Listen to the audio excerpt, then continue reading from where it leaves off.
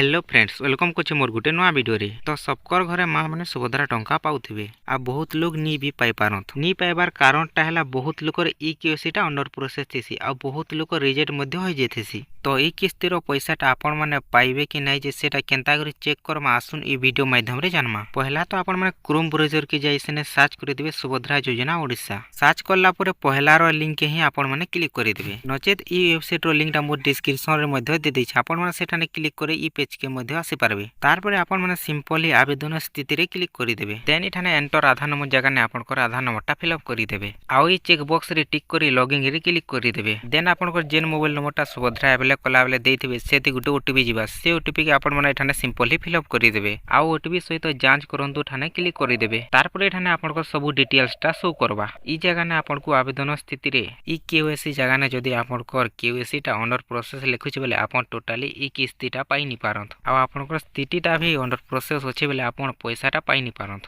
आउ जहार ई केवाईसीटा कंप्लीटेड अछि आउ स्थितिटा अप्रूव अछि आ बाकी तीनटा किस्तीटा पाई सारिछन बेले आपनकर पैसाटा आराम से पाई पारबे। तो ई प्रकार आपण माने आपनकर स्टेटसटा चेक करि पारबे। वीडियोरा टिके भी इन्फॉर्मेटिव लागला वीडियो के लाइक करके चैनल के सब्सक्राइब करि दउन। एंता हे नुआ नुआ अपडेट माने पाइबार लागि।